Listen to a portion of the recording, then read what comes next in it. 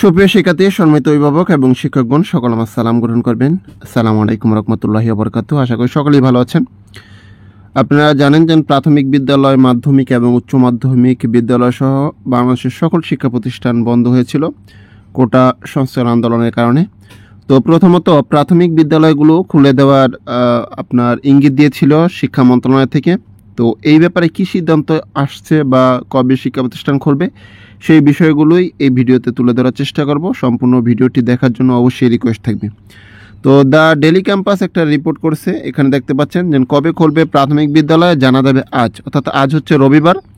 এই রবিবারে জানা যাবে কবে আপনার শিক্ষা প্রতিষ্ঠান খুলবে। এখানে বলছে কোটা সংস্কার আন্দোলনের ইস্যুতে শিক্ষার্থীদের নিরাপত্তা বিবেচনায় গত 17 জুলাই থেকে প্রাথমিক বিদ্যালয়গুলো অনির্দিষ্টকালের জন্য বন্ধ ঘোষণা করে সরকার। তবে চলতি সপ্তাহে খুলে দেওয়া হতে পারে প্রাথমিক বিদ্যালয়।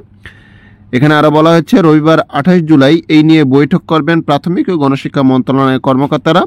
শনিবার বিকেলে প্রাথমিক ও গণশিক্ষা মন্ত্রণালয়ের সচিব ফরিদ আহমেদ এই তথ্য জানান। তিনি বলেন, চলতি সপ্তাহের মধ্যে সরকারি প্রাথমিক বিদ্যালয় খুলে দেওয়ার চেষ্টা চলছে। বিদ্যালয় কবে খুলে দেওয়া হবে সে বিষয়ে চূড়ান্ত সিদ্ধান্ত নেয়ার জন্য রোববার মিটিং হবে। মিটিংয়ে চূড়ান্ত সিদ্ধান্ত হবে, অর্থাৎ আজ হচ্ছে রোববার। তো আজকে আপনার যে মিটিং, সেই মিটিংয়ের মাধ্যমে চূড়ান্তভাবে জানিয়ে দেওয়া হবে শিক্ষা প্রতিষ্ঠান কবে খুলবে। তো আপডেট পাওয়ার জন্য, যে শিক্ষা প্রতিষ্ঠান কবে খুলবে সেই আপডেট পাওয়ার জন্য অবশ্যই এই চ্যানেলটি সাবস্ক্রাইব করে সাথেই থাকুন। দেখা হবে পরবর্তী ভিডিওতে। সে পর্যন্ত আল্লাহ হাফিজ।